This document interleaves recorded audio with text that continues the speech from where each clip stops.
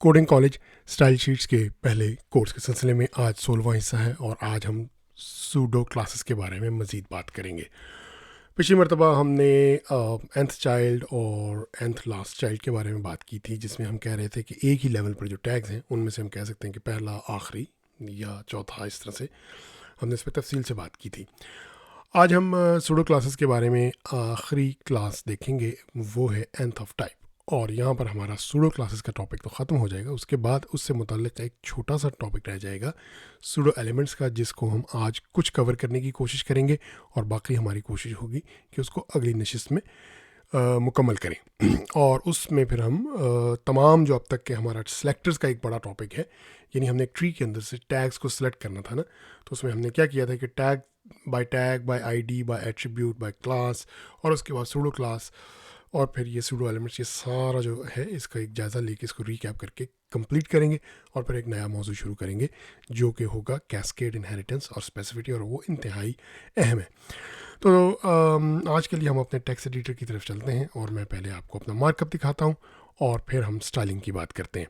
Markup बहुत simple है। मेरे पास डिव और पैराग्राफ जो है वो ऑल्टरनेट उसमें लगे हुए हैं, यानी एक डिव आता है, फिर एक पैराग्राफ आता है, फिर एक डिव आता है, फिर एक पैराग्राफ आता है, और इस तरह ये 10 पैराग्राफ हैं और 10 ही डिव्स हैं। तो पहले हम बात कर लेते हैं nth ऑफ चाइल्ड को, थोड़ा सा रिवाइज कर लेते हैं और मैं आपको दिखाता हूँ कि वो किस तरह काम करता है और इस पोजीशन में किस तरह काम करेगा। तो ये जो nth ऑफ चाइल्ड और nth ऑफ लास्ट टाइप जो है, इनके लिए ज़रूरी है कि पीछे एलिमेंट लाजमी हो।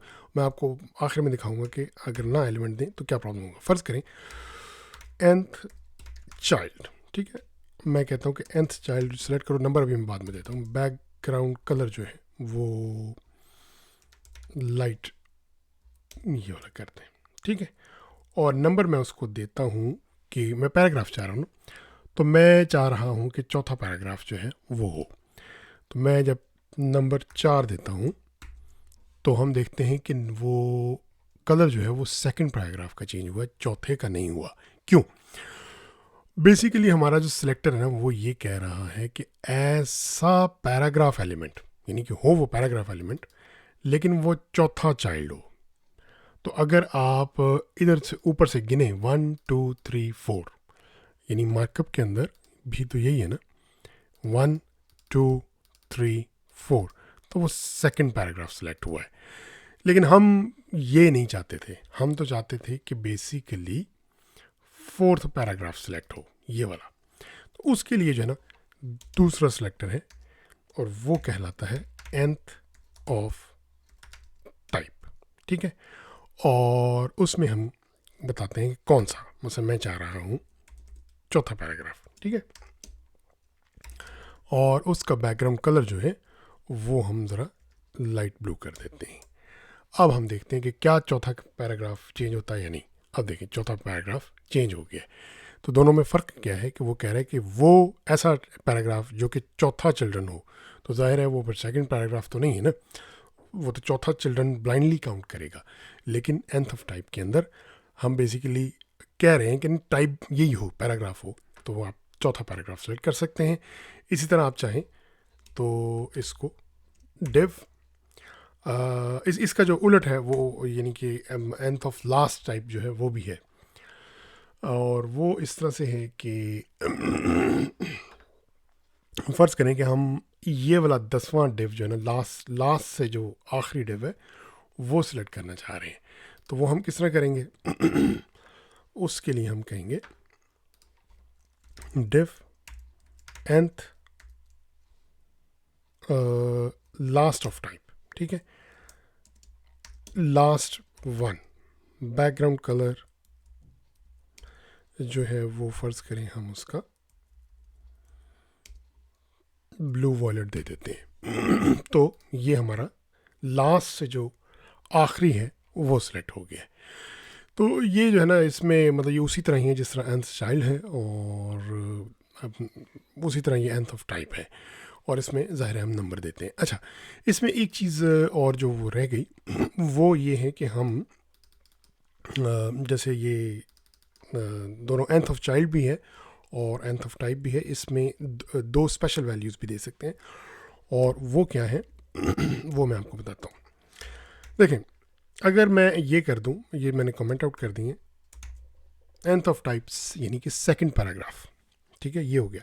लेकिन अगर मैं ये चाहूँ कि हर सेकंड पैराग्राफ जो है वो रेड हो जाए, तो आप इसके साथ n लगा देंगे, तो ये हर सेकंड यानी कि एक पैराग्राफ छोड़ के उसके बाद यानी कि ये पैराग्राफ छोड़ दिया उसने, दो छोड़ के फिर ये अगला पैराग्राफ उसने जो है वो कलर कर दिए। अगर यही चीज़ आप nth ऑफ चाइल्ड के साथ करते तो उसका जो इम्पैक्ट है वो क्या होगा कि फ़र्ज़ करें कि हम कह रहे हैं कि 2n, एवरी 2n यानी कि हर दूसरा एलिमेंट। अब यहाँ टैग स्पेसिफाइड नहीं है, तो ये बेसिकली उसने यानी कि पहला दूसरा फिर पहला दूसरा फिर दूसरा, ये इस तरह से कर दिया। इन दोनों में फ़र्क क्या है कि ये वाला जो है ये एलिमेंट की टाइप के बारे में सेंसिटिव है, ये हमेशा सिर्फ पैराग्राफ ही गिनेगा, बीच में डिव्स नहीं गिनेगा ये वाला। जैसे कि आप देख रहे हैं पैराग्राफ उसने कर दिया, दूसरा पैराग्राफ छोड़ दिया, फिर ये कर दिया, फिर ये छोड़ दिया, फिर वो कर दिया, तो ये हो गया। और ये अगर आप नोट करें 2n जो होता है ना वो बेसिकली इवन होता है, यानी कि किसी भी नंबर को किसी 2 से मल्टीप्लाई करें तो वो हमेशा इवन बन जाता है। और किसी भी नंबर को 2 से मल्टीप्लाई करने के बाद अगर उसमें एक जमा करें तो वो नंबर कुछ भी हो वो हमेशा ऑड हो जाता है। इवन और ऑड का आपको पता होगा, ऐसे नंबर जो 2 से तकसीम हो जाते हैं पूरे पूरे वो इवन होते हैं, और जो 2 पे तकसीम नहीं होते जैसे 17 है वो ऑड है। तो वो मैं इसमें एक और ट्रिक भी कर सकता हूँ कि अगर मैं इसको प्लस n1 कर दूँ, क्योंकि ये सारे इसने इवन किए हुए हैं ना, second paragraph, fourth paragraph, six paragraph, ये सारे जो है अगर आप पैराग्राफ देखें तो जो पैराग्राफ का नंबर है वो इवन है। अगर मैं चाहूँ कि नहीं ऑड वाले करे तो इसके साथ मैं +1 कर सकता हूँ। तो ये देखें अब ये ऑड वाले जो है वो कलर हो गए, first second sorry first third fifth और इस तरह से। तो इनका जो है वो एक शॉर्टकट भी है, उसको कहते हैं इवन, सॉरी इवन अगर आप कर दें तो इट इज़ मोर रीडेबल। और बात वही है 2n वाली, और ऑड वाली बात ये इसका ऑपोजिट जो है वो ऑड भी है, यानी तमाम ऑड पैराग्राफ्स जो हैं उनको जो है वो ब्लू कर दो। तो क्या हो गया, ऑड हो गया, इवन हो गया और एग्जैक्ट नंबर हो गया। यानी कि ये क्या कह रहा हूँ मैं कि चौथा पैराग्राफ रेड कर दो, और ये मैं क्या कह रहा हूँ 10वां पैराग्राफ रेड कर दो, और ये मैं क्या कह रहा हूँ 3n मैं कह रहा हूँ हर तीसरा पैराग्राफ रेड कर दो। तो हर तीसरा पैराग्राफ देखिए, third paragraph, six paragraph, ninth paragraph. तो क्या हो गया कि नंबर दे सकते हैं, नंबर विद n दे सकते हैं, यानी कि और with some like for example कोई नंबर ऐड भी कर सकते हैं, जैसे 3n1, आप जैसे मर्जी अपना फॉर्मूला बना लें। इसमें क्या हो रहा है कि 3n+1 जो है ना वो कर रहा है। तो ये पहला हो गया, फोर्थ हो गया, सेवन्थ हो गया, 10th हो गया, वो सीरीज़ जो है ना वो जनरेट कर रहा है काउंटिंग फ्रॉम जो है वो ज़ीरो। तो ज़ीरो जब इसमें डलता है तो ये पूरी 3n टर्म जो है वो ज़ीरो हो जाती है, उसके बाद 1 आता है, तो ये पहला ग्राफ हो गया। उसके बाद जब 1 है तो 3 ज़रा 1 3 हो गया, जमा 1 और ये 4, ये चौथा हो गया। अब ये n को अगली बार वो 2 करेगा इंक्रीमेंट, 2 दिया 6 हो गया, जमा 1 हो गया 7 हो गया। उसके बाद ये 4 करेगा, तो इस तरह से 4 तिया जो है वो सॉरी 3 करेगा, 3 तिया 9 हो गया, और जमा 1 हुआ तो 10 हो गया। इस तरह से वो, अब मतलब इसको ये काफ़ी फ्लेक्सिबल है विद n। तो ये हमने पिछली दफ़ा n के बारे में बात नहीं की थी। और ये जो दूसरी बात मैंने आपको ये शॉर्टकट बताई अमूमन इवन ऑड की, तो ये चीज़ जो है ये आप इसको सारे को कंबाइन कर लें। कोई क्वेश्चन हो तो आप कमेंट्स में पूछ सकते हैं। फ़र्क सिर्फ ये है कि nth चाइल्ड जो है वो सिर्फ इस बात से कंसर्न करता है कि वो चाइल्ड कौन सा है, लेकिन जो nth ऑफ टाइप है वो एलिमेंट को भी कंसिडर करता है। अच्छा, इसका जो प्रैक्टिकल यूजेज है वो मैं आपको थोड़ा सा दिखाता हूँ टेबल्स के केस में। ये जो nth चाइल्ड और ये सारी चीज़ है, तो हम ऐसा करते हैं कि इसको जो है ना यहाँ पर मिटा देते हैं, और मैं आपके लिए एक टेबल जो है वो मैंने तैयार किया हुआ है। HTML के कोर्स में हमने टेबल डिटेल से देखे थे। ये एक फर्जी जो है वो टेबल है मेरे पास, और इस टेबल के अंदर जो है वो बॉलर्स की बात है कि कुछ बॉलर्स जो हैं उनके नाम है, फ़र्ज़ी स्टोर है, फ़र्ज़ी स्कोर, वो सब कुछ फ़र्ज़ी है। इसमें कोई वो क्या होता है कि किरदार से मुमासलत जो है वो इत्तफाकिया होगी। तो ये हमारे पास जो है, सॉरी यहाँ पर नहीं, यहाँ पर ये आ गया। अब ये हमारे पास टेबल है और हम इसको स्टाइल थोड़ा सा करना चाहेंगे। हम स्टाइलिंग में चाह ये रहे हैं कि जो रोज़ हैं वो इवन और ऑड हों, ठीक है। यानी हर एक जो ऑड रो है या इवन रो जो है वो ज़रा कलर उसका चेंज हो ताकि ये ज़रा रीडेबल बन जाए। तो रीडेबल बनाने से पहले थोड़ा सा इसको स्टाइल कर लेते हैं और तमाम के तमाम जो हमारे टेबल डिविजन्स हैं उनके नीचे बॉर्डर 1 पिक्सल ग्रे का दे देते हैं। तो ये सिचुएशन हो गई। अच्छा, बॉर्डर के बारे में हमने बात नहीं की। ये जो दूसरा कोर्स, इससे अगला जो कोर्स होगा, नहीं, इस कोर्स से आगे एक कोर्स आगे जो है उसमें हम बॉर्डर्स के बारे में बहुत डिटेल से बात करेंगे। बैकग्राउंड कलर्स के बारे में, बॉर्डर्स के बारे में, शेडोज़ के बारे में, बॉर्डर रेडियस के बारे में, वो बहुत डिटेल से आएगा। तो वो आप इसको फ़िलहाल इग्नोर कर दें। बस इतना याद रखें कि ये बॉर्डर, नीचे का बॉर्डर जो है वो 1 पिक्सल ग्रे हो।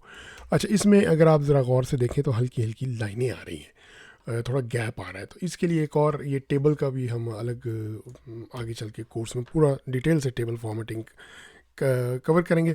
तो मैं इसके लिए एक प्रॉपर्टी होती है कि बॉर्डर कोलैप्स, यानी हमें कह रहे हैं कि बॉर्डर्स को आपस में कोई गैप ना छोड़ो।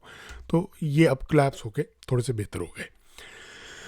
अच्छा, अब मसला ये है कि हमारे पास जो है ना वो रोज़ हैं। तो हम रो का कलर जो है वो चेंज अगर कर दें और हम ये कहें कि बैकग्राउंड कलर जो है वो लाइट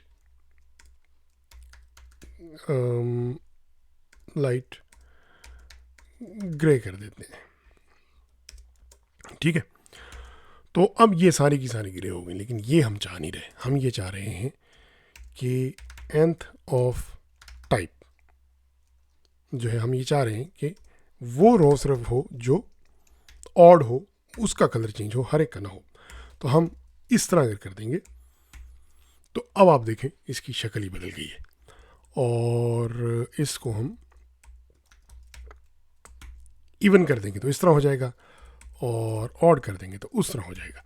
और इसमें हम एक और भी काम कर सकते हैं, जैसे हम इसी रूल को करके हम ये कह सकते हैं कि ऑड वाली ऐसे हों और इवन वाली लेट्स से लाइट ब्लू हों। तो मैं इवन को कर दूंगा, इनको कर दूंगा लाइट ब्लू। तो ये इस तरह से इसकी लुक बन जाएगी। अच्छा, तो मेरे ख्याल में ये इसको यहीं पर समेटते हैं। जो सूडो एलिमेंट्स का टॉपिक है वो मैं अगले सेशन के लिए उठा रखता हूँ। उसमें कोशिश होगी कि सूडो एलिमेंट्स को हम टोटली कवर कर दें ताकि ये टॉपिक जो है वो क्लोज हो जाए। आप इन की जो है थोड़ी प्रैक्टिस कर लें, nth चाइल्ड और nth ऑफ लास्ट चाइल्ड वगैरह। और अगर इस बारे में कोई क्वेश्चन हो तो वो आप मुझसे पूछ सकते हैं। आपके वक्त और तवज्जो का बहुत बहुत शुक्रिया।